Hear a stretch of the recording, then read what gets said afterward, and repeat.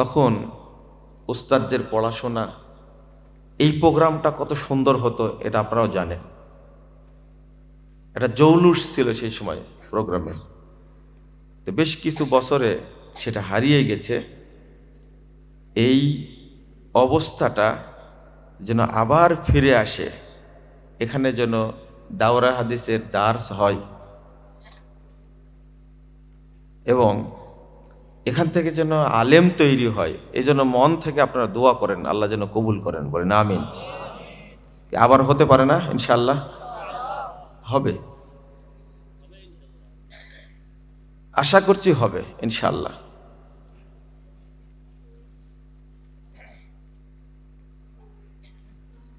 আমরা আলেম যদি তৈরি করতে না পারি তাহলে ভবিষ্যতে এ দিন থাকবে না, উঠে যাবে। আলিয়া মাদ্রাসা অনেক আছে, স্কুল অনেক আছে, কলেজ অনেক আছে, হাই স্কুল অনেক আছে, কিন্তু সেখান থেকে কি আলেম তৈরি হয়? বরং খারেজি মাদ্রাসা তো অনেক আছে, যেটাকে আমরা বলি বেদাতি মাদ্রাসা। স্কুলে পড়ার চেয়ে এই প্রচলিত খারেজি মাদ্রাসাগুলোতে পড়ানো বেশি খারাপ। আমার কথাটা শক্ত হলেও একসময় আপনার কাছে পরিষ্কার হবে। কারণ যারা কলেজে পড়ে, বিশ্ববিদ্যালয়ে পড়ে, তারা আমাদের দ্বীনি আলোচনা শুনে আকীদা চেঞ্জ করে, ভুল সংশোধন করে। কিন্তু দেওবন্দি ধারার মাদ্রাসা, বেরলভী ধারার মাদ্রাসায় পড়ে দাওরা পাশ করে ট্রিপল মুফতি হওয়ার পরে এমন আকীদা পোষণ করে যে আকীদার কারণে সে কাফের হয়ে গেছে। তো ওই শিক্ষায় শিক্ষিত হয়ে কোনো লাভ আছে? কোনো লাভ নাই। ওই জন্য কথাটা বলছি, যেমন আলেমরাও যে সংশোধন হয় তার নজিরও আছে। আপনারা চিনেন, চিনে না এরম কেউ নাই বাংলাদেশে, যদি সে মানুষ হয়ে থাকে। আল্লামা দেলাওয়ার হোসেন সাঈদী নাম শুনেছেন আপনারা? রাহিমাহুল্লাহ। আগে তো কখনো দেখা হয়নি, মুসাফা হয়েছিল খুব ছোটতে যখন আড়ানিতে এসেছিলেন। কিন্তু 2013 সালের 25শে ডিসেম্বর তার স্বাক্ষরিত একটা পত্র আমার কাছে আসে। তিনি আমার বই একটা পড়েছিলেন, জাল হাদিসের কবলে রাসূল সাল্লাল্লাহু আলাইহি সাল্লামের সালাত। এই বইটা পড়ে পত্র লিখেছিলেন।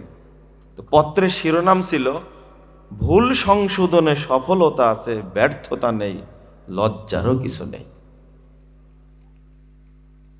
ভালো করে আবার শুনেন শিরোনামটা, ভুল সংশোধনে সফলতা আছে, ব্যর্থতা নেই, লজ্জারও কিছু নেই। এই শিরোনামটা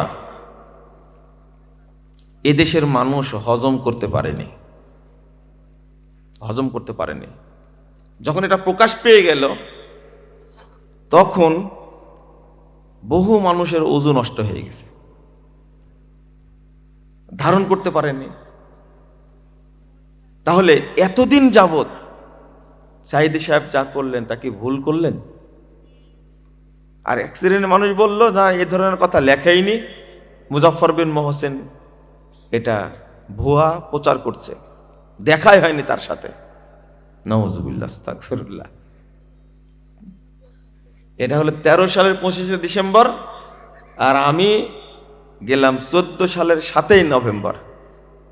আজকে কিন্তু নভেম্বর মাস, এই 7ই নভেম্বর।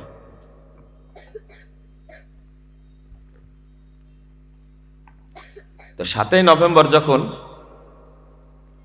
গেলাম, তার সাথে দেখা হলো। 3 মাস 22 দিন একসঙ্গে থাকলাম। প্রথম দিন যখন সাক্ষাৎ হলো, দেখা করতে আমাকে চিনেননি। তো যিনি আমাকে নিয়ে গেছেন বলছেন, স্যার ইনি হলেন মুজাফফর বিন মোহসেন। উনি কিন্তু নিয়ে আসতে পাঠাইছে, আমাকে বুঝতে পারেননি। তখন ঘুরে একবারে জড়িয়ে ধরে বলছে, আর আমি তো মনে করেছি 60-70 বছরের মতো মানুষ হবে, দেখছি আমার ছোট ছেলের চেয়েও বয়সে ছোট। এত আদর দিলেন, কপালে কত চুমু দিলেন। আমি কথাটা কেন তুললাম জানেন? মানুষ দেখেছে অনেক, কিন্তু তার মতো পড়ুয়া এবং সঠিকটা তার সামনে বললে সাথে সাথে গ্রহণের যে মানসিকতা, এটা অন্য কারোর মধ্যে আমি দেখিনি। 3 মাস 22 দিন ছিলাম একসঙ্গে, একদিনে একটা ফতোয়া দেয়নি, একদিনও না। সুদা পাঠা দিতেন, ও মুজাফফরের কাছে যাও। আর আমরা মুরগির কুঠি পাহারা দিই, আর এত অহংকার আমাদের মধ্যে, অহংকারের শেষ নাই। তাকে কেউ চিনে না, এত অহংকার। আর সারা দেশের এই যে দেওবন্দি আর বেরলভী ধারার মুফতিরা এতই যে মিথ্যাচার করলো, তাদের কাজই হলো মিথ্যাচার করা। আমি কথাটা এই জন্য বলছি যে আমার কাছে প্রমাণ হয়েছে, আপনি যদি সঠিক তথ্য তুলে ধরতে পারেন মানুষের কাছে, 1 দিন পর, 2 দিন পর, 1 বছর, 5 বছর, 10 বছর পর হলেও ওইটা মানুষ গ্রহণ করবে ইনশাআল্লাহ। তো ওইটা কই? এই যে ভাইলেখুর মাদ্রাসায় যে কথা শিখেছিলাম, আপনাদের মনে হচ্ছে না? এই যে মুস্তাফিজুর রহমানকে চিনেন আপনারা? বললে আশ্চর্য হবেন, উনি কিন্তু আমাকে মিজান পড়িয়েছেন, উনি কিন্তু আমাকে নাহবুমির পড়িয়েছেন। আমি তাকে এখনো উস্তাদ হিসাবে সবচেয়ে বেশি শ্রদ্ধা করি, কারণ ওই শাসন, ওই দেখাটা না দেখলে হয়তোবা সামনে আগানো যেত না। এটা হচ্ছে বেস্ট। বিশ্ববিদ্যালয়ে পড়লাম, আলিয়া মাদ্রাসায় পড়লাম, পিএইচডি, এমফিল এইগুলো করে শেষ করলাম, কিন্তু বেসিক ওইটাই। যদি আজকে এই প্রতিষ্ঠানটা সেই সময়ের মতো পরিচালিত হতো, আরো বহু আলেমের জন্ম হতো এখান থেকে, কিন্তু হয়নি, মরে গেছে। খুব কষ্ট হয়, খুব কষ্ট হয়, খুবই কষ্ট হয়। ছিলাম তো, জানি। এখানকারই ছাত্র আব্দুল খালেক সালাফি হাফিজাহুল্লাহ গতকাল বক্তব্য দিয়েছেন না, যে প্রতিষ্ঠানের প্রিন্সিপাল আজ থেকে 30 বছর আগে, এই ধরনের প্রিন্সিপাল এখন পাওয়াই যায় না মাদ্রাসা। অথচ এই মানের একজন প্রিন্সিপাল 30 বছর আগে ছিলেন এই প্রতিষ্ঠানে। আপনি কি ভাবছেন বিষয়টা? দারুল হুদার জন্য একটা প্রিন্সিপাল দরকার, সেটাই খুঁজে পাচ্ছি না মনে করেন। কিন্তু আব্দুল খালেক সালাফি সাহেবের মতো একজন মানুষ আজ থেকে 30-35 বছর আগে এই প্রতিষ্ঠানের প্রিন্সিপাল ছিলেন। আপনি কি বুঝতে পারছেন বিষয়টা? তাহলে কি মানের প্রতিষ্ঠান ছিল এটা, কি মানের ছিল এটা। আমি আল্লাহর কাছে এই কথাগুলো বলার উদ্দেশ্য ছিল, আল্লাহর কাছে দোয়া করি আমরা, আল্লাহ তুমি এই প্রতিষ্ঠানে বরকত নাজিল করো, বলেন আমিন। যেহেতু এই পাড়ায় পাড়ায় ঘোরা আছে, প্রত্যেকের নাম জানি, অনেকে মারা গেছেন, আমি দোয়া করি আল্লাহ যেন তাদেরকে জান্নাতুল ফেরেদাউস দান করেন, আমিন। এত মোহাব্বত, এতটা মোহাব্বত। আপনারা প্রশ্ন করেন যে এত বক্তা নিয়ে আসার কি দরকার, তাই না? শুধু বক্তা বক্তব্য দিতে আসে না, একজন আলেমের যে মর্যাদা, তিনি যদি খালি দোয়া করে যান। কত দোয়া করলেন আব্দুল্লাহ ফারুক সাহেব। ডক্টর আব্দুল্লাহ ফারুককে চিনেন না, যাদের এলেম নাই তারা চিনবেই না। উনি কত বড় মাপের আলেম, আলেমরা চিনে। আর তিনি গল্প করেন কত বড় বড় উস্তাদের কাছে পড়াশোনা করেছেন, আমরা হাতেই পাবো না। ওরা এসেছেন, মনে করেছি যে এই ভাইলেখপুর মাদ্রাসা, তিনি দোয়া করে যাক, আল্লাহ যেন এই প্রতিষ্ঠানে বরকত নাজিল করেন, আল্লাহ যেন এই প্রতিষ্ঠানে কবুল করেন। শুধু দোয়া করলেই হলো, সবাই বক্তব্য দেবে, কে বলেছে? উদ্দেশ্য এটা থাকে। দারুল হুদার পোস্টারে অনেক আলেম থাকে না, আপনারা বিরক্ত হন, তাই না? না, আমাদের উদ্দেশ্য আলাদা থাকে। শেখ ফাইসাল, ডক্টর শেখ ফাইসাল জুমার খুতবা দিলেন না কত সম্মেলনে? কেন, কি এমন বক্তব্য দিলেন? আমাদের চেয়েও ভালো বক্তব্য দিয়েছেন, কড়া মানুষ তাই। কিন্তু উনি যে দোয়াটা করে গেছেন, ঠিক 12 সালে এসে ওই দোয়া করে গেছিলেন, এর 24 সালে এসে দেখলেনটা। এই ডক্টর ফাইসাল হাশেমি কুয়েতের বিচারপতি, তিনি 12 সালে আসছিলেন, তখন কিছুই দেখেননি, আর এবার দেখে গেলেন অনেক কিছুই। আমি তো তাকে নিয়ে এসেছি সম্মান দিয়ে, হয়তো আল্লাহ তার দোয়া কবুল করেছেন এই মনে করে। তো আপনারা এই প্রতিষ্ঠানকে দেখে রাখবেন তো ইনশাল্লাহ। আমি কিন্তু বক্তব্য শুরু করিনি এখনো। আপনি মনে করেছেন যে আমাদের ছাত্র, কিছু বলবো না? না না, আমার কাজ তো আমি করবই। এতক্ষণ বললাম, একটা ছোট্ট হাদিস শুনে নেন। রাসূল সাল্লাল্লাহু আলাইহি ওয়াসাল্লাম বলছেন, ইন্নাল্লাহ আযজা ওয়া জাল ইউবগিজু কুল্লা আলিমিন বিদ-দুনিয়া জাহিলিন বিল আখিরাহ। আল্লাহ রাব্বুল আলামিন প্রত্যেক দুনিয়াবি জ্ঞানী মানুষের উপরে গজব নাজিল করেন, রাগান্বিত থাকেন, যেটা দুনিয়া জ্ঞানে পাকাপোক্ত, কিন্তু পরকালীন জ্ঞানে সে কি অজ্ঞ। পরকাল সম্পর্কে জানে না, দিন সম্পর্কে জানে না, কিন্তু দুনিয়া সম্পর্কে একবারে পুক্ত ভালো জ্ঞানী। ওই ব্যক্তিটা কিন্তু অভিশপ্ত। কি অভিশপ্ত? অভিশপ্ত, অভিশপ্ত, নাউজুবিল্লাহ, আস্তাগফিরুল্লাহ। কারণ কি দেখেন, একজন ব্যক্তি মাস্টার্স পাস করেছে, অনার্স করেছে, এমনকি বিসিএস ক্যাডার হয়েছে। বিসিএস ক্যাডার হতে অনেক পরিশ্রম করা লাগে। বিসিএস ক্যাডার হওয়ার পরে সচিব হয়েছেন, রিটায়ার্ড করেছেন, কিন্তু আজও ওযু করতে জানে না। অভিশপ্তই তো। এত টাকা ব্যয় করে কি করলো? এত পরিশ্রম করে কি করলো? ওযু করতে জানে না এখন পর্যন্ত। এখন পর্যন্ত আল্লাহকে চিনে না। একজন লোক আমাকে বলছেন, বুড়া হয়ে গেছেন, বিসিএস ক্যাডার ছিলেন, সরকারি চাকরি করতেন, চামড়াগুলো ঢিল হয়ে গেছে। আমাকে বলছেন যে, মুজাফফর সাহেব, আচ্ছা বেতের নাকি 1 রাকাতও পড়া যায়? কথা কি বুঝতে পারছেন আপনারা? আচ্ছা, প্রতিদিন বেতের পড়া লাগে না? তাহলে এই বয়সে এত পড়াশোনা করার পরে বেতের সালাত 1 রাকাত, সেই ইলমটাও তার মধ্যে নাই। তাহলে কি শিখেছেন? আর একটা বললে আপনি খুব আশ্চর্য হবেন, হতবাক হবেন। উনি বলছেন, আমার বয়স 78 বছর। কত? বলছে যে আমি তো ওযু করে শুরু করি, কিন্তু ওযু করে গোসল করব, তো এই গোসলের মাঝে পেশাবও করি, পায়খানাও করি, আবার ওই ওযুতেই কি করি, নামাজ পড়ি, সালাত পড়ি। আমি বললাম যে নাউজুবিল্লাহ, এবার কি বললেন আপনি? তা আমি তো ওযু করে নিছি, ওযু করলে তারপরে কোনো সমস্যা নাই। আমি বলছি, ওযুর শর্তটাই তো জানেন না আপনি। আপনার যদি পেশাব পায়খানার প্রয়োজন হয়, আসেন না, আপনারা করেন।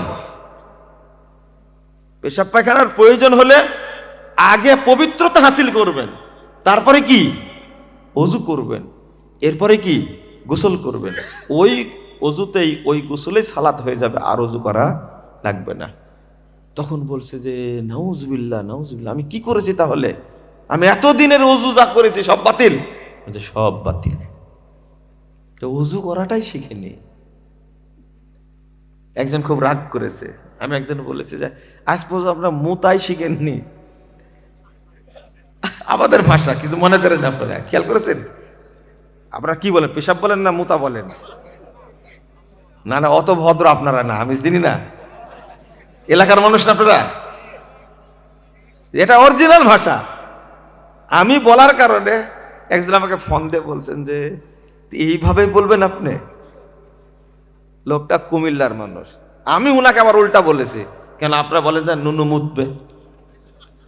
তখন বলছে সিসি, এটাও জানেন আপনি? ছোট বাচ্চা করে নুনু বলে। কি বলে? ছোট বাচ্চা কি? একই গাড়িতে অনেক আলে মোলামা আছে, ছোট একটা বাচ্চা আছে পেশাব করবে। তো কুমিল্লার এক ভাই পট করে বলছে যে এই ড্রাইভার সাহেব থানা নুনু মুতবে। রাজশাহী অঞ্চলে মানুষ যে হাসবে না বলেন তো দেখি?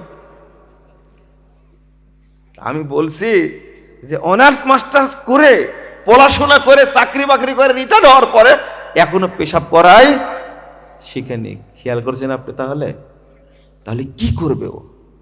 এটা অভিশপ্ত না? কার অভিশাপ? আল্লাহর। ইউবগিযু কুল্লা আলিমিন বিদ-দুনিয়া ওয়া জাহিলিন বিল আখিরাহ। যারা দুনিয়াবী জীবন সম্পর্কে অনেক জানে কিন্তু দিন সম্পর্কে, পরকাল সম্পর্কে জানে না, তারা অভিশপ্ত, তারা আল্লাহর গজবপ্রাপ্ত, আল্লাহ তাদের উপরে রাগান্বিত। আল্লাহ বলছেন ইয়ালামুনা যাহিরাম মিনাল হায়াতিদ দুনিয়া ওয়া হুম আনিল আখিরাতি হুম গাফিলুন। তারা দুনিয়াবী জীবন সম্পর্কে অনেক জানে। দেখেন এত দারুণ রেজাল্ট করেছে। কিসে রেজাল্ট করেছে? ম্যাথমেটিক্সে পড়াশোনা করেছে, ফার্স্ট ক্লাস ফার্স্ট হয়েছে। ইংরেজিতে পড়াশোনা করেছে, ফার্স্ট ক্লাস ফার্স্ট হয়েছে। বাংলাতে পড়াশোনা করতে ফার্স্ট ক্লাস ফার্স্ট হয়েছে, কিন্তু দিন সম্পর্কে কি অজ্ঞ। একজন ব্যক্তির দাড়ি পেকে গেছে, দাড়ি পেকে গেছে, বয়স 90 বছর হয়েছে, আর মাজাটা কি বাঁকা হয়ে গেছে। এই লোকটাকে আমি জিজ্ঞেস করছি যে চাচা বলেন তো আল্লাহ কোথায়? সে বাবা এত সহজ প্রশ্ন করে, বলেনি তো। আল্লাহ সব জায়গায়। তাও তবলিগের মুরব্বী কোথাকার, আর তবলিগে যেতে পারি না, কিন্তু খুব মহব্বত করি। 92 বছর বয়সের তবলিগের মুরব্বী আজও আল্লাহ চেনে না, আজও আল্লাহ চেনে না। নাউজুবিল্লাহ। আল্লাহ সব জায়গায় থাকে। আল্লাহ কোথায়? আরশে আযমে। কিন্তু ওই মুরব্বী এখনো চিনেন আল্লাহ কোথায় আছে। আল্লাহ নিরাকার, বলছে কি আল্লাহ নিরাকার। যে ব্যক্তি বলে আল্লাহ সর্বত্র বিরাজমান, এ মুমিন না কাফের? কাফের। এটা কুফরি আকীদা। যে বলে আল্লাহ নিরাকার, ওই যে কেন, এটা উদ্দেশ্যটা কি? বলে যে আল্লাহর ধন রাসূলরে দিয়ে আল্লাহ গেছেন গায়েব হয়ে, রাসূলের ধন খাজা পায়া শুয়ে আছেন আজমিরে, কেউ ফিরে না খালি হাতে খাজারে তোর দরবারে। আপনার কথাটা বুঝেননি মনে হয়। আল্লাহ নিশ্চিন্ন হয়ে গেছে, আল্লাহর কাছে চেয়ে কিছু পাওয়া যাবে না। সব বরকত ভান্ডার আছে কার কাছে? খাজার কাছে। আর রাসূল তো মরেই গেছে, শুয়ে আছে। আস্তাগফিরুল্লাহ। আল্লাহ গায়েব হয়ে গেছেন মানে কি? আল্লাহ বলতে কিছু নেই, আল্লাহ অস্তিত্বহীন। এতই রাম ছাগল বলে আল্লাহ নিরাকার সত্তা। ভাষাটা শুনেন, যারা বুঝবেন ভাষাটা। আল্লাহ নিরাকার সত্তা বলছে, আল্লাহ নিরাকার সত্তা। এমন যে এই ব্যাকুব, সত্তা মানে কি? সত্তা শব্দের অর্থ কি? অস্তিত্ব। সত্তা মানে অস্তিত্ব। আবার বলছে নিরাকার সত্তা। আচ্ছা, আবু হানিফা রাহিমাহুল্লাহ আল্লাহকে 99 বার স্বপ্নে দেখেছিলেন। কয়বার? 99 বার। তা আল্লাহ যদি নিরাকার হয় তো কি দেখলেন? দোহাল সে খালি নেই। একজনকে মিথ্যুক বলাই লাগবে, হয় আপনি মিথ্যুক না আবু হানিফা মিথ্যুক। আপনি একবার বলছেন আল্লাহ নিরাকার, আবার ওই মুখেই বলছেন ইমাম আবু হানিফা রাহিমাহুল্লাহ 100 বার 99 বার আল্লাহকে স্বপ্নে দেখছেন। তো কি দেখলেন? এটা জাহেলি, এটাই শিখেছে মাথার মধ্যে, এটাই রেখে দিয়েছে আল্লাহ নিরাকার। বয়স কত বছর? 92 বছর বয়স। ওযু করাও শিখেনি, ওযু করাও শিখেনি। তাবলীগ করতে গিয়ে আরো মূর্খ বেশি হয়েছে। দেখেন, রাগ করবেন না। আপনারা মনে করেন যারা আমরা জেনারেল শিক্ষা শিখতে তাদেরকে খুব ভালো করে বলছেন, তাই না? একটু বলা লাগবে তো, না হলে তো সোজা হবেন না আপনি। এক প্রফেসরকে বলছি তাবলীগ করেন, বলছি আচ্ছা আপনি এটা বিশ্বাস করেন যে তাবলীগের এক ভক্ত তার বইয়ের মধ্যে লিখছে, দাওয়াতে তাবলীগ 81 পৃষ্ঠার মধ্যে লিখছে যে কাবায় যদি কেউ 2 রাকাত সালাত আদায় করে তাহলে নেকি হবে কত? 1,00,000 গুণ বেশি। আর কেউ যদি টঙ্গীর মাঠে 2 রাকাত পড়ে তার নেকি হবে 1,00,00,000 গুণ বেশি। কি বলেন আপনারা? নাউজুবিল্লাহ, সুবহানাল্লাহ বলবেন না আপনারা? আমি এই প্রফেসরকে, রিটায়ার্ড পারসন প্রফেসরকে বলছি, এটা আপনি কি বিশ্বাস করেন এটা? তখন বলছে কি জানেন, যে আল্লাহ তো দিতেও পারে। এই প্রফেসরের মাথায় কি আছে বলেন তো দেখি? গোবর, গোবর দিয়ে তো অনেক কিছুই হয়, ওর মাথাতে কিছু হবে না।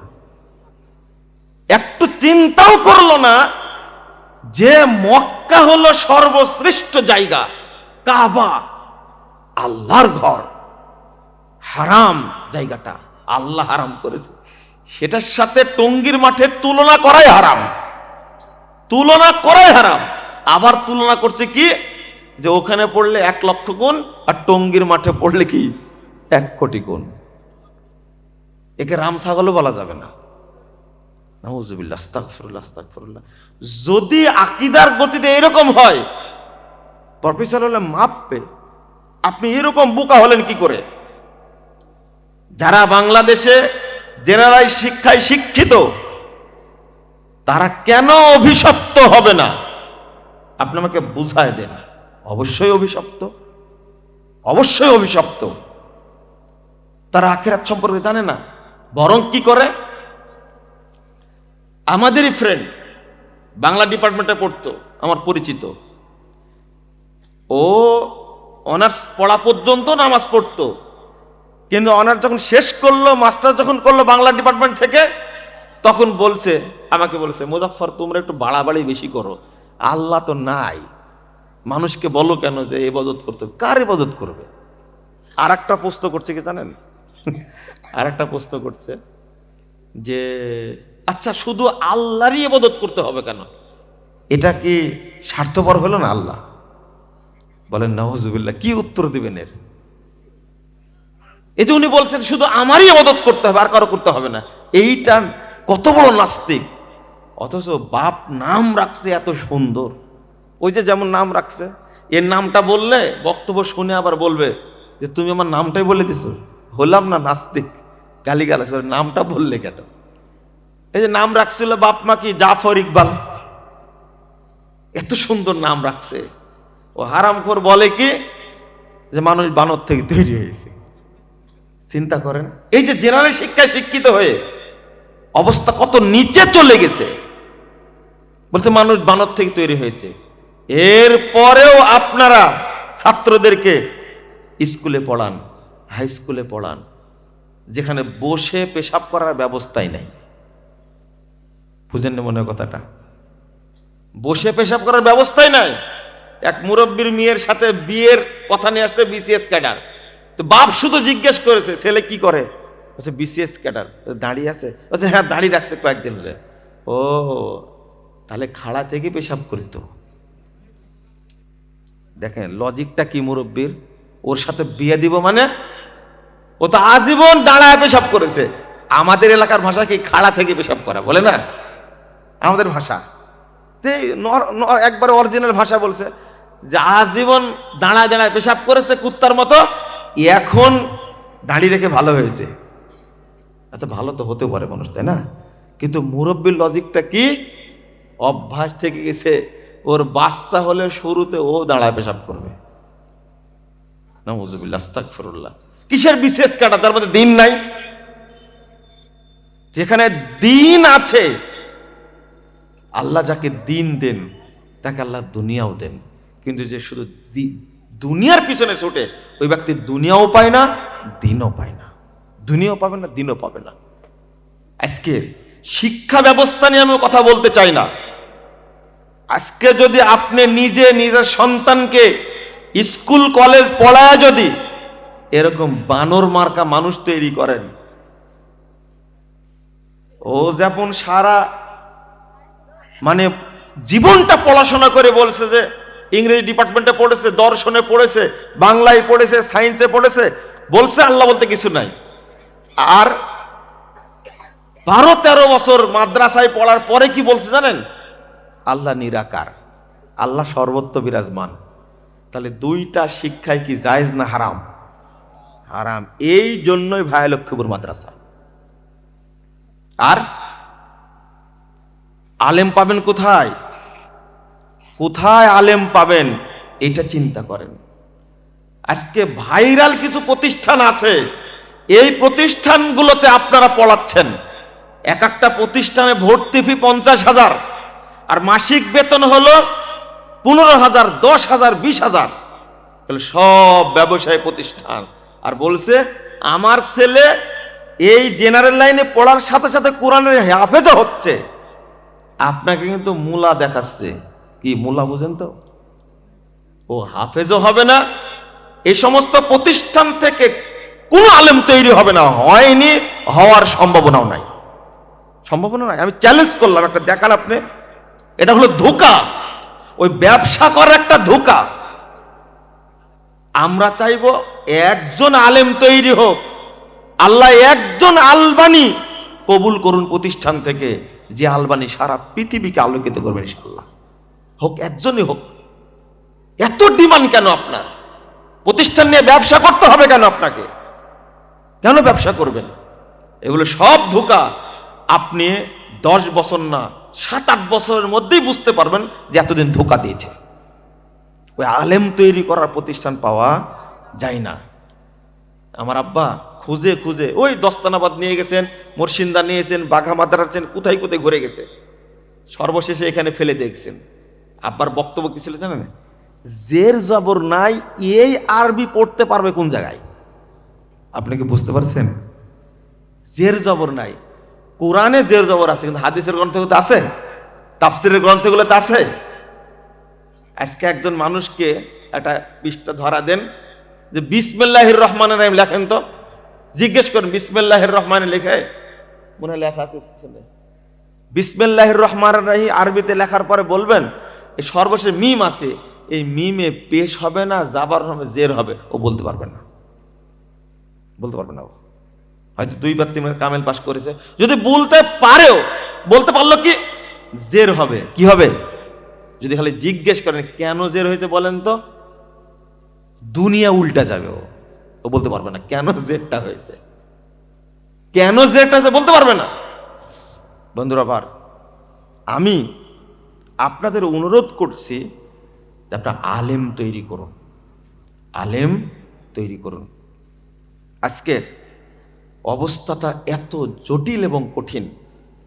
আলেম না তৈরি হওয়ার কারণে সাধারণ মানুষ সব শিরিকের মধ্যে একবারে হাবুডুবু খাচ্ছে। আল্লাহ বলছেন ওমা ইউমিনু আকসারুহুম বিল্লাহ ইল্লা ওয়া হুম মুশরিকুন, সূরা ইউসুফ 106 নম্বর আয়াত। অধিকাংশ মানুষ যারা আল্লাহর প্রতি ঈমান এনেছে তারা কি মুশরিক। ভাষাটা কি আমার না আল্লাহর? আল্লাহ কি ভুল বললেন? মনে করেন এখানে যত লোক আছেন, আল্লাহ আপনাকে বলতে চাচ্ছেন যারা আল্লাহর প্রতি ঈমান এনেছে তাদের অধিকাংশই কি মুশরিক। এক। আরেকটা আয়াত আল্লাহ বলছেন সূরা রোম 8 নম্বর আয়াত, ওয়াইন্না কাসীরাম মিনান নাস বিলিকাই রাব্বিহিম লাকাফিরুন। অধিকাংশ মানুষ আল্লাহর সাথে সাক্ষাতের ব্যাপারে কাফের, মানে আল্লাহর সাথে সাক্ষাৎ করবে কাফের হয়ে। তাদের রব মানে, আল্লাহও মানে, আল্লাহকে বিশ্বাসও করে, কিন্তু তারা কি কাফের, তারা কি মুশরিক। মানে কেন কেন মুশরিক, কেন কাফের? আল্লাহ রাসূল বলছেন সাল্লাল্লাহু আলাইহি ওয়াসাল্লাম, এই হাদিসটা শুনেন, 30,992 নম্বর হাদিস, মুসান্নাফ ইবনে আবি শাইবার মধ্যে এসেছে। ইয়াতি আলান নাসে জামান, মানুষের সামনে একটা যুগ আসবে, একটা সময় আসবে, ইয়াসতামিউন ওয়া ইয়াসাল্লুনা ফিল মাসাজিদ, মানুষ দলে দলে মসজিদে যাবে, সালাত আদায় করবে, সব মসজিদ মুসল্লি দ্বারা পূর্ণ থাকবে। ওয়ালাইসা ফীহিম মুমিন, কোন মসজিদে একজন ইমানদার পাওয়া যাবে না। কি আশ্চর্য, মুসল্লি আছে কিন্তু কি নাই, ইমানদার নাই। তাহলে সালাত কি কবুল হচ্ছে? আচ্ছা, ইমানদার না মুসল্লি, তাহলে এরা কারা? কারা বুঝেন না মনে হয়? ফাওয়াইলুল মুসাল্লিন, এই যে নামাজ পড়ছে অথচ মুশরিক, নামাজ পড়ছে অথচ কাফের, নামাজ পড়ছে অথচ কি মুনাফিক। ফাওয়াইলুল লিল মুসাল্লিন, এটা আল্লাহর আয়াত, আল্লাহ বলেছেন। কিন্তু সাহাবীরা এটার অনুবাদ করতেন ফাওয়াইলুল লিল মুনাফিকিন, যারা মুনাফিক মুসল্লি তাদের জন্য স্পেশাল জাহান্নাম। আচ্ছা, ওয়াইল মানে কি বলেন তো? হ্যাঁ, জাহান্নামের নাম। ওয়াইল মানে জাহান্নামের নাম। একজন বলেন অন্তত। আচ্ছা, আপনারা নাকি আমাদের বক্তব্য শোনেন, এটা প্রমাণ নেই। হ্যাঁ, সেল, ওয়াইল, ওয়াইল সেটা এই শুনছে মনে হয় বক্তব্য। আজ থেকে মনে থাকবে আপনাদের। ওয়াইল মানে কি? জেলের মধ্যে জেল, তার নাম সেল। জাহান্নামের মধ্যে আলাদা একটা জায়গায় তৈরি করে রাখছেন আল্লাহ, ওয়াইল, এটা হলো জাহান্নামের সেল। ইবনে মাসউদ রাদিয়াল্লাহু আনহু বলছেন ওয়াদিন ফি জাহান্নাম, এটা জাহান্নামের একটা উপত্যকা, একটা দ্বীপ, একটা অঞ্চল, বাইদুল কর, যেটা সবচেয়ে গভীর, খবিসুত্তম, যেখানকার খাদ্য হবে পচা দুর্গন্ধযুক্ত। হাসান বসরি রাদিয়াল্লাহু আনহু, বিখ্যাত তাবেঈ, তিনি বলছেন ওয়াদিন ফি জাহান্নাম, এটা একটা জাহান্নামের উপত্যকা, একটা দ্বীপ, মিন দামিন ওয়া কাইহিন, যেটা তৈরি করা হয়েছে এইটাতে দুইটা খাদ্য পাওয়া যাবে, পচা রক্ত আর পচা পোঁচ পাওয়া যাবে। নাউযুবিল্লাহ, আস্তাগফিরুল্লাহ, আস্তাগফিরুল্লাহ। এই জায়গায় থাকবে ওই সমস্ত মুসল্লি যারা মুনাফিক। তো মুনাফিক মুসল্লি কারা? তাহলে কয়টা জিনিস পাওয়া গেল এখন একটু শুনেন। এক নম্বর, ঈমান আনার পরেও কি মুশরিক, ঈমান আনার পরেও কি কাফের, ঈমান আনার পরেও মুনাফিক। নামাজ পড়ছে কাফের, নামাজ পড়ছে মুশরিক, নামাজ পড়ছে মুনাফিক। কেন? আমি কিন্তু এখানে বিধর্মীদের কথা বলিনি, কাফেরদের কথা বলিনি, ইহুদি খ্রিস্টানদের কথা বলিনি, বেদিন যারা তাদের কথা বলিনি। আমি আমাদেরই কথা বলছি, যারা বলে আল্লাহ আছেন, মুহাম্মদ সাল্লাল্লাহু আলাইহি ওয়াসাল্লাম আল্লাহর রাসূল, কাবা জিয়ারত করতে হয়, হজ করতে হয়, যাকাত দিতে হয়, আমি তাদের কথা বলছি। কেন নষ্ট হয়েছে? অধিকাংশ আলেম বক্তব্য দেয়, তারা কখনো শিরিক বিদআতের বিরুদ্ধে কথা বলে না। সব আমল আলেম মুখরোচক কথা বলে, আর গালি শুনতে হয় আমাদেরকে। আমরা যে সরাসরি বলি এই কাজ করলে শিরিক হয়, এইটা করলে মানুষ কাফের হয়ে যায়, এটা বলতেই ভয় পায়। শুধু ফাজাইলের ওয়াজ করে শেষ। আর ফাজাইলটা যদি ভালো ফাজাইল হতো তাহলে ভালো হতো, কিন্তু কি ফাজাইল বলে? বলে এক ওয়াক্ত সালাত যদি কেউ আদায় করে জামাতের সাথে, তার নেকি হবে 3,35,54,432 গুণ। এই যে ফজিলত মারিয়ে দিল। আর সাহাবী গাছ আছে না, সাহাবী গাছ, সাহাবী গাছ শুনছেন আপনারা? হ্যাঁ, শুনেননি কেন? শোনার তো কথা। আজ থেকে 1,500 বছর পূর্বে আল্লাহর নবীকে যে গাছ ছায়া দিয়েছিল, ওই গাছটা আজও আছে। ও বেদাতিরা আর বেদাতি বক্তারা সারাদিন এইগুলো নিয়ে থাকে, অথচ এই গাছের অস্তিত্ব পৃথিবীতে কোথাও আছে? এই যে সাহাবী গাছ বলে, আরে সাহাবী গাছ নাম হবে কেন? নামটাই তো ভুয়া।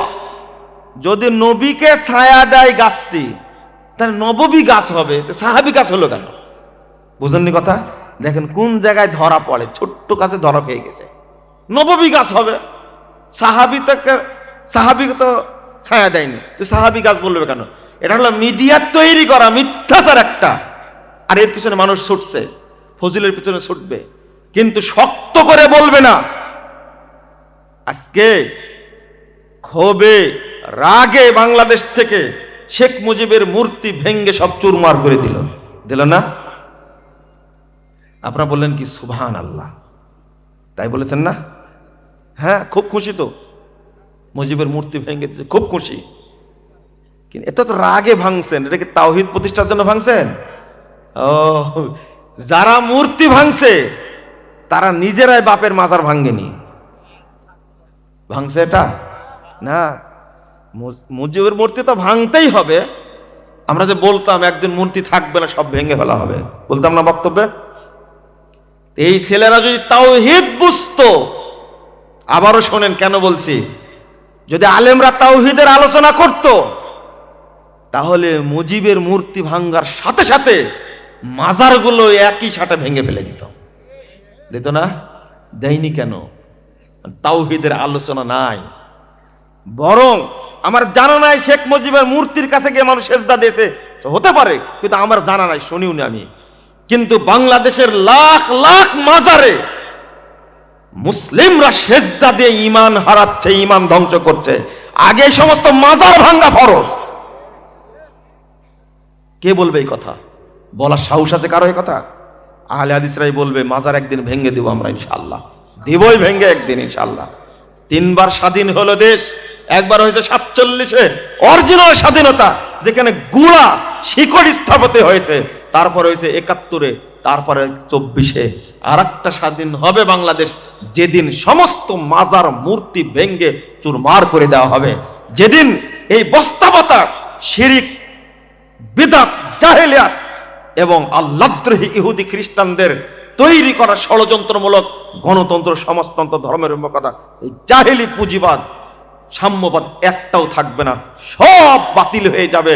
কেবল থাকবে বাংলাদেশে কোরআন এবং সহিহ হাদিসের আইন, ইনশাআল্লাহ। তাওহীদ থাকবে কেবলমাত্র, আর একটা স্বাধীন হবে ইনশাআল্লাহ। এই যে তাওহীদের আলোচনা হচ্ছে, এখানে বরকত হবে না মনে করছেন? হবে বরকত, ইনশাআল্লাহ বরকত হবে, ইনশাআল্লাহ। বরকত হবে না মানে সারা দেশে দেখতে পাচ্ছি বরকত কাকে বলে। এই যে আপনি মুমিন নামাজ পড়েন, নামাজ কবুল হচ্ছে না, তার মূল কারণ কি? আপনি শিরিকের সাথে আপোষ করেছেন, আপনি তাগুতের সাথে আপোষ করেছেন, নিজে নিজে মুশরিক হয়ে আছেন, এজন্য কবুল হবে না। কবুল হওয়ার প্রশ্নই আসে না।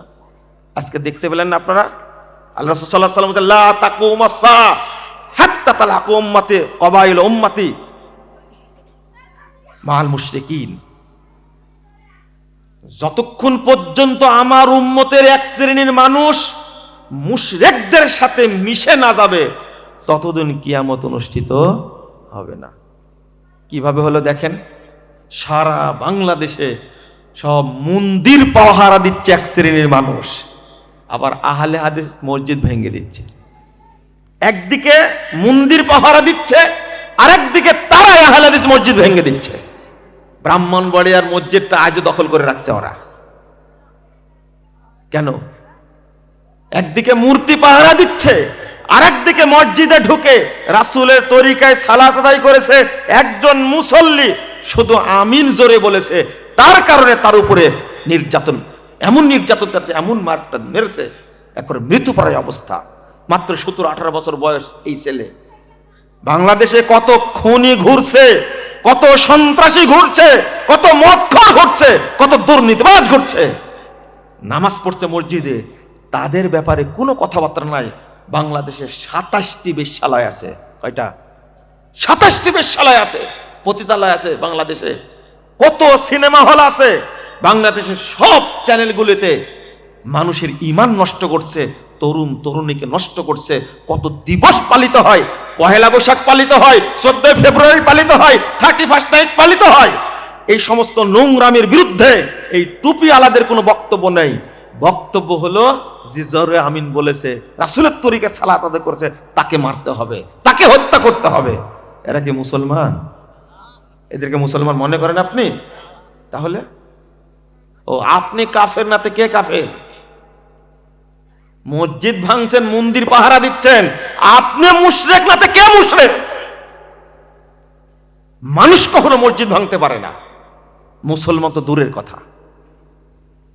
এইটাই আল্লাহ কত হুঁশিয়ারি দিচ্ছেন, ওয়ালা তালবিসুল হাক্কা বিল বাতিল, হকের সাথে বাতিলকে মিশ্রিত করো না।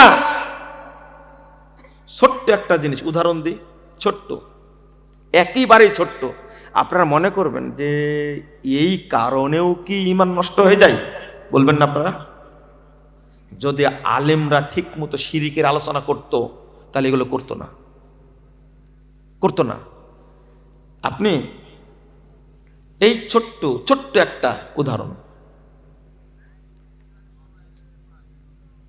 আপনার বাপ মারা গেছে, কে মারা গেছে?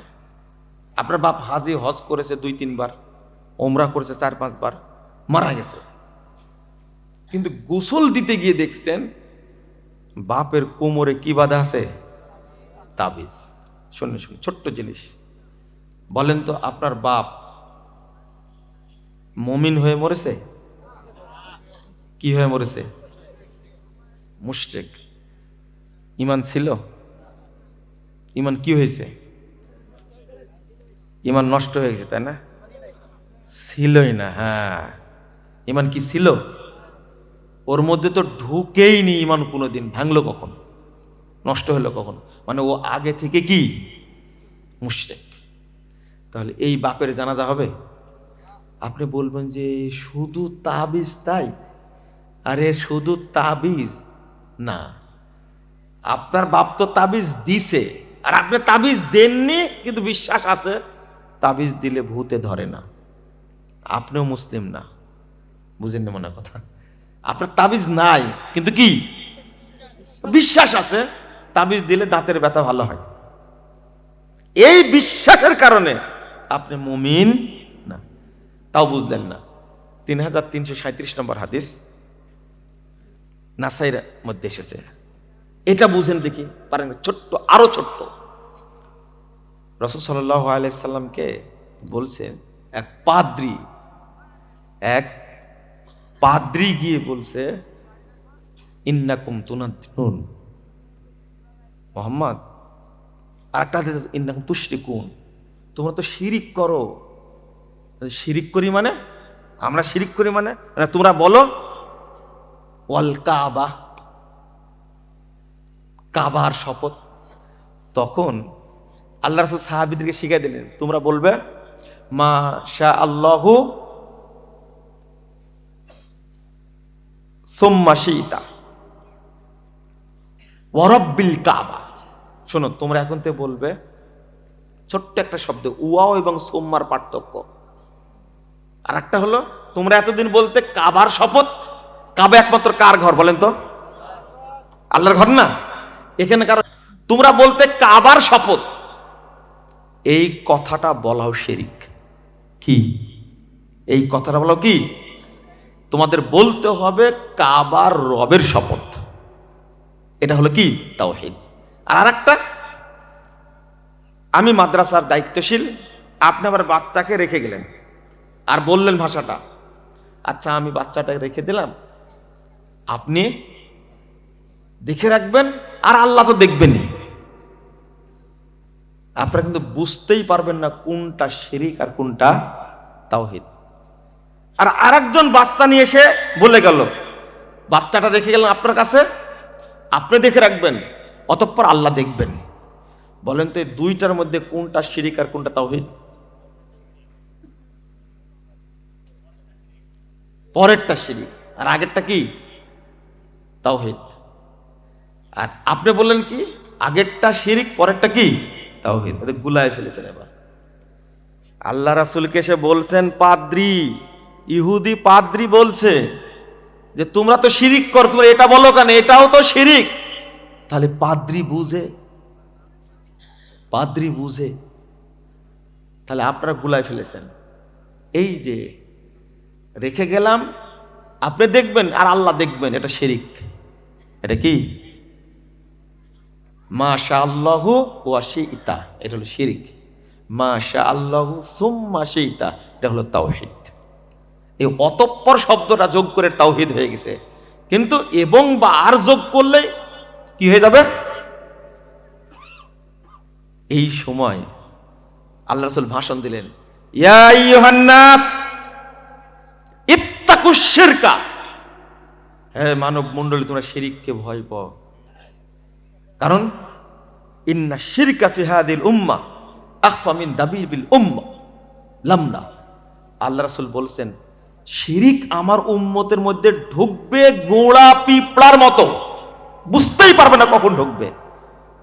ও, আপনি যে বলেন ভাষাটা, ওর চেয়ে এটা আরো কঠিন ভাষা। কি বলেন ভাষাটা? ও, এই শনিবারে আর মঙ্গলবারে বাঁশ কাটা যায় না কিন্তু। এটা কি? ও, এই অতঃপর আর এবং দুইটার মধ্যে যদি এরকম শিরিকের পার্থক্য হয়, আপনার ওয়াইফ বলে বৈশাখ মাসে কাঁথা সেলাই করতে হয় না, আর ভাদ্র মাসে বিয়ে দিতে হয় না, মঙ্গলবারে বিয়ে দিলে বিয়ে ভেঙে যাবে। আপনার বাড়িতে যে মা আছে আপনার বা দাদি আছে, এক একটা শিরিকের ফ্যাক্টরি, ইন্ডাস্ট্রি এক একটা, ওরা বসে বসে শিরিক উৎপাদন করে।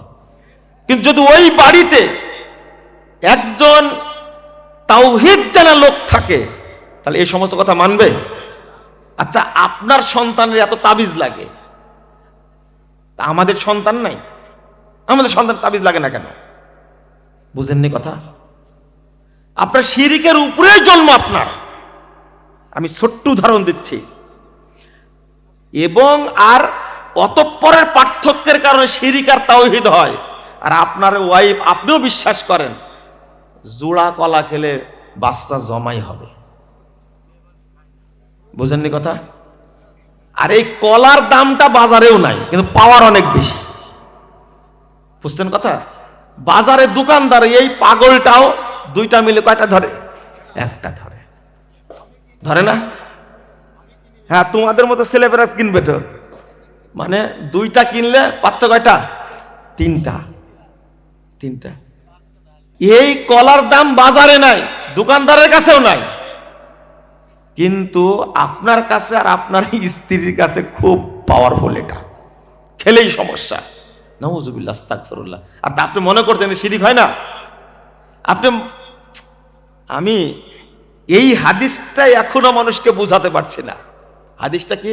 118 নম্বর হাদিস, সহিহ মুসলিমের মধ্যে এসেছে, ইসবিহুর রাজুলু মুমিনান ওয়া ইউমসি কাফিরা আও ইউমসি কাফিরান ওয়া ইসবিহু ইউমসি মুমিনান ওয়া ইউমসি কাফির ওয়া ইসবিহু কাফিরান। আল্লাহ রাসূল বলেছেন, সকাল করে একজন ব্যক্তি মুমিন হয়ে সন্ধ্যা হতে হতে কি হয়ে যায়? কাফের হয়ে যায়। অথবা সন্ধ্যা করে মুমিন হয়ে সকাল হতে হতে কি হয়ে যায়? কাফের হয়ে যায়। তাও তো সকাল সন্ধ্যা হলো, সকাল সন্ধ্যা হলো। কিন্তু মুস্তাদে আহমদের হাদিস, আল্লাহ রাসূল বলছেন, লাকলবু ইবনে আদম আশাদ্দু ইনকিলাবাম মিনাল কিদ্র। আদম সন্তানের ঈমানটা পাতিলে যে বলক উঠে, বলক বুঝেন তো? বলক বুঝেন?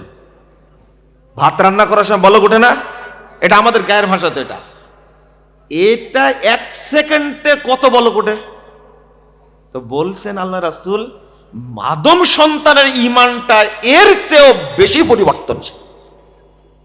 মানে মানে সেকেন্ডে সেকেন্ডে না, দ্রুত ঈমান চলে যায়, দ্রুত ঈমান চলে যায়।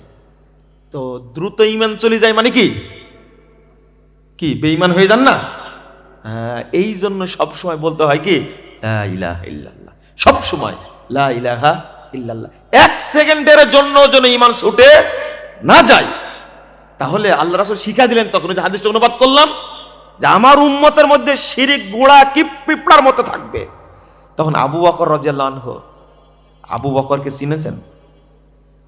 সাহাবীদের মধ্যে সবচেয়ে শক্তিশালী ঈমানের মানুষকে আবু বকর রাদিয়াল্লাহু আনহু। তিনি বলছেন, আল্লাহ রাসূল এই কথা বলছেন, তাহলে শিরক থেকে কে বাঁচবে? তাহলে তো আমরা সবাই মুশরিক হয়ে যাব। তখন আল্লাহ রাসূল একটা দোয়া শিক্ষা দিলেন। এই দোয়াটা জানা আছে আপনাদের? জানা নাই? পড়েন তো আমার সাথে, আজকে পড়েন।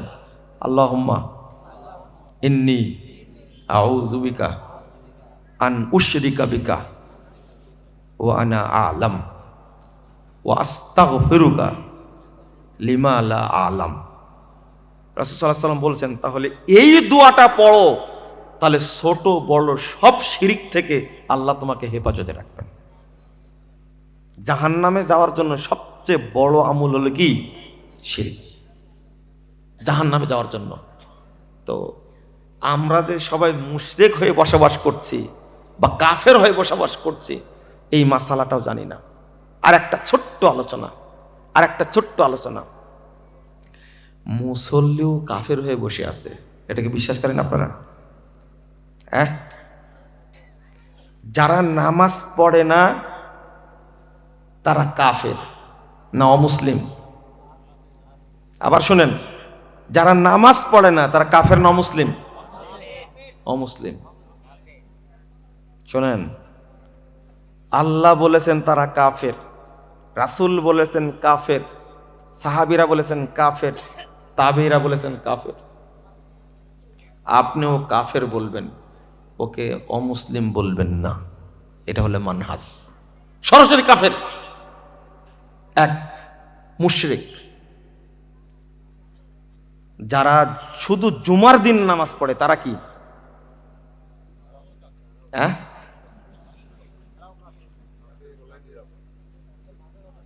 যারা শুধু জুমার দিনে পড়ে তারাও কাফের। এদিকে শোনেন, মাসালা আজকে ভালো করে শুনে নেন।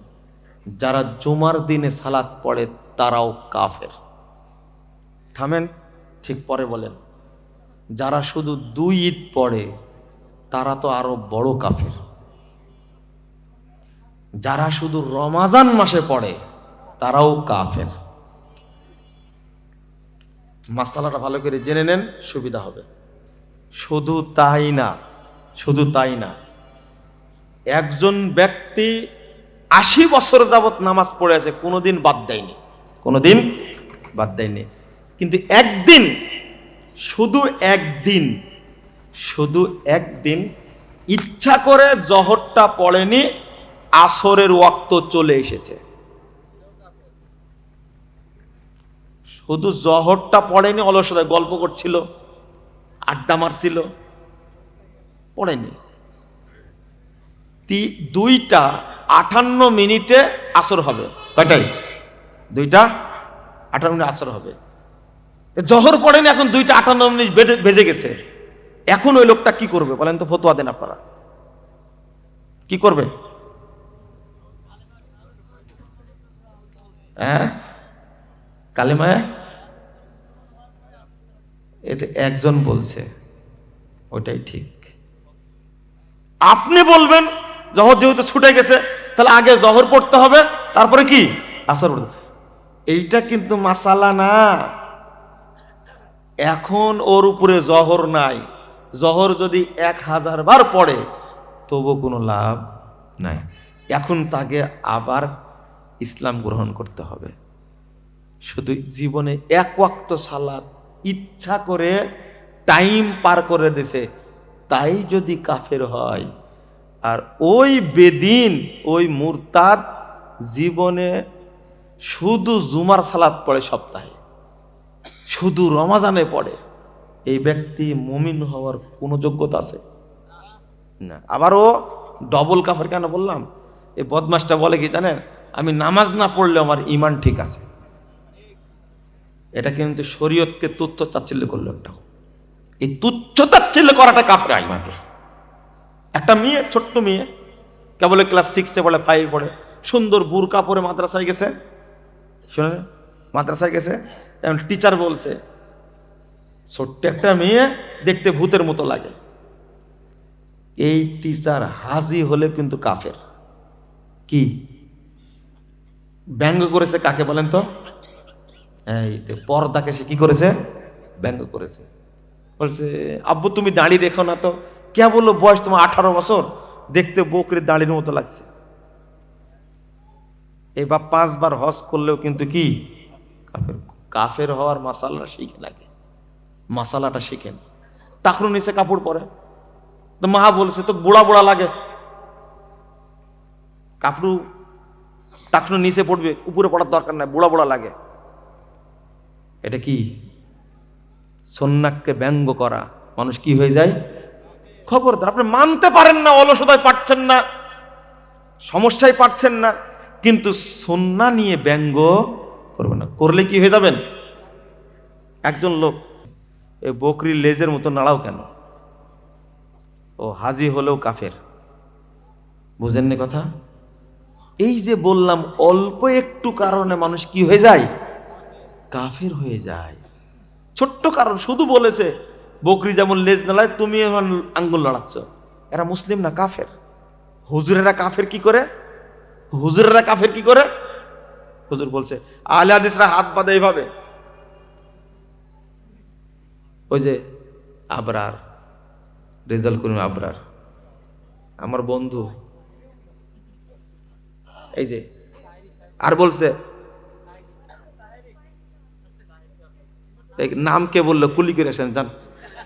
সি সি সি না, ওই ব্যাকুপ তো বলছে লেডিস, লেডিস।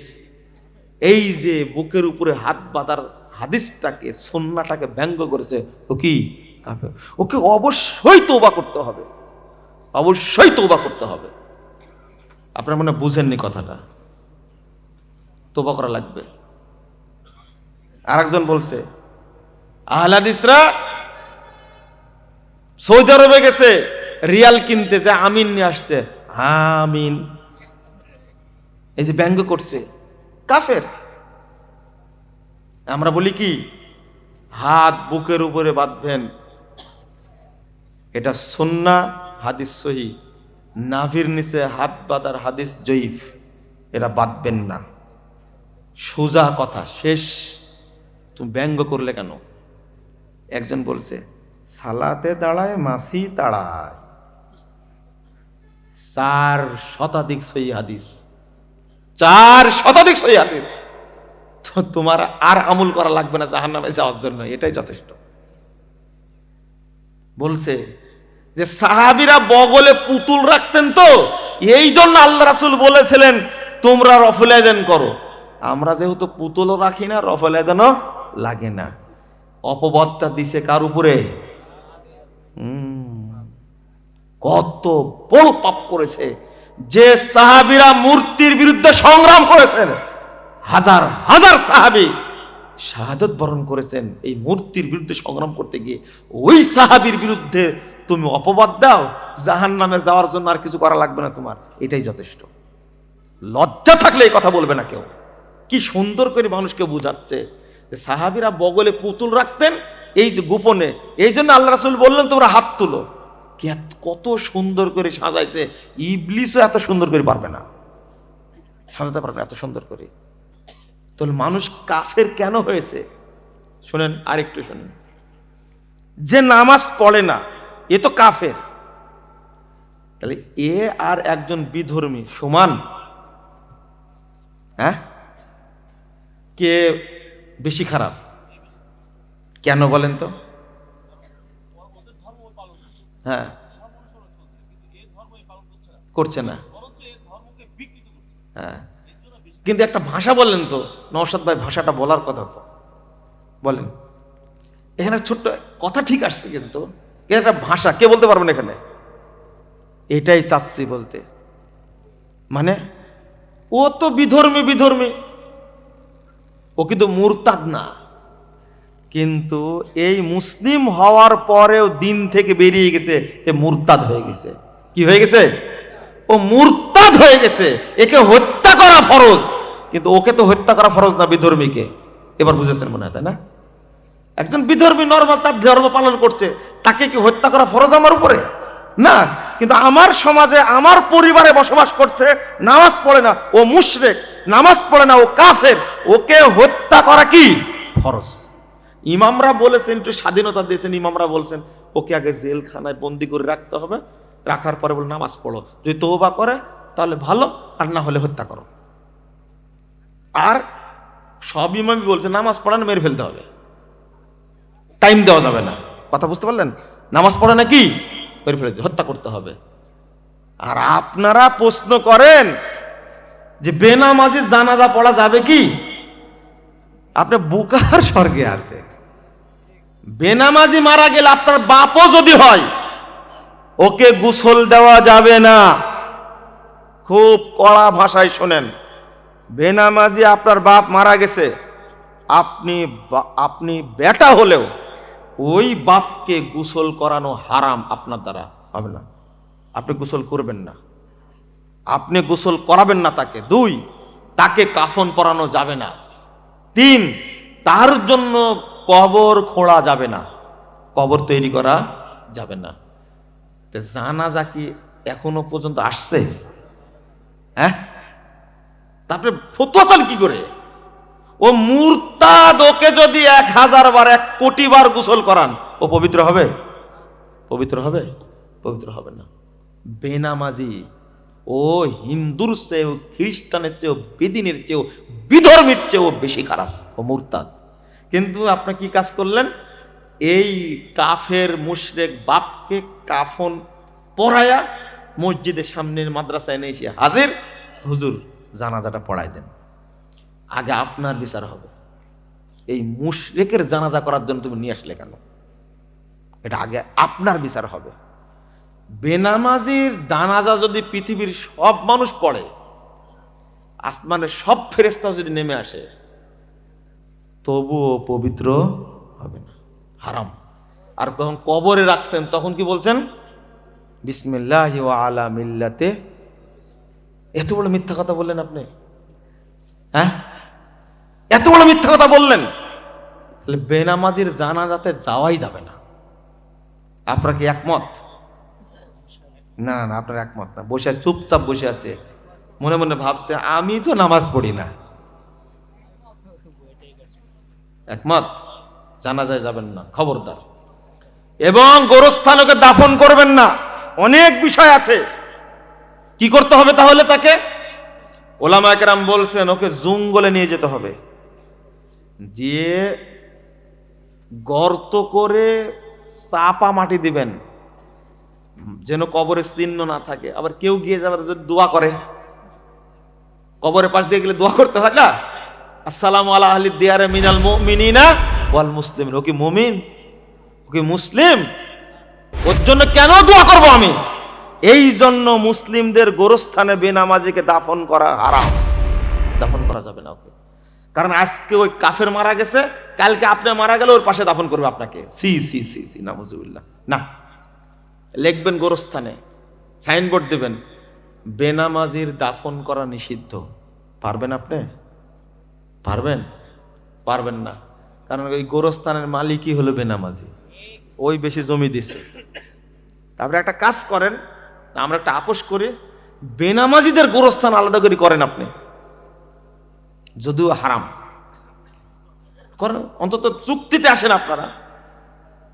এই জন্য পরহেজগার মানুষ মারা গেলে ওসিয়ত করে যাবেন যে আমাকে অমুক জায়গায় দাফন করবে। এটা হলো সালাফদের নীতি। ওমর রাদিয়াল্লাহু আনহু নিজেই বলছেন যে আয়েশা রাদিয়াল্লাহু আনহার কাছে পাঠাইছেন তার ছেলে আব্দুল্লাহকে, তুমি গিয়ে বলো, উমর বলল, আব্বা বলল যে আপনার বাপের কাছে আব্বা থাকতে চায়, যদি অনুমতি দেন। কেন চাইছেন? জাবের রাদিয়াল্লাহু আনহু তার বাপকে উহুদ প্রান্তরে দাফন করেছেন শহীদ হওয়ার পরে। 6 মাস পরে জাবের রাদিয়াল্লাহু আনহু আল্লাহর রাসূলকে বলছে, আল্লাহ রাসূল কবরটা রাখতে চাচ্ছি না, উঠাতে চাচ্ছি, ভালো লাগে না। ওখান থেকে কবর তুলে আরেক জায়গায় রাখছেন। এটা দ্বারা কি প্রমাণ হয়? ওই কাফেরের পাশে কবর দিতে হবে আপনাকে? কাফেরের পাশে কবর দিতে হবে না। বেনামাজিকে গোরস্থানে নিয়েই যাবেন না। মুসল্লিরা আন্দোলন শুরু করবেন, কিন্তু আন্দোলন এর জন্য করবেন না। কি জন্য করবেন? হরতাল। যদি হরতাল হতো বাংলাদেশে, যে মাজার পূজা বন্ধ করে দিতে হবে, না হলে শাটডাউন, পারবে করতে বাংলাদেশে? না না না। অথচ এই জন্য আন্দোলন করা উচিত, তা করবে না। আমি কি বুঝালাম বিষয়টা? আপনারা কি বুঝতে পারলেন? বুঝতে পারলেন? বুঝেননি? প্রশ্ন উত্তর দিতে গিয়ে আরো দেরি হয়ে যাবে, ফজরও ছুটে যাবে ইনশাল্লাহ। খবর আছে 1:09 বেজে গেছে, 1 ঘন্টা 9 মিনিট আলোচনা করে ফেলেছে। আর বলার দরকার না, যতগুলো প্রশ্ন দিছে আমি উত্তর দেই, শুনবেন তো উত্তর ইনশাল্লাহ। উল্টা পাল্টা যদি প্রশ্ন করে তাহলে কি হবে?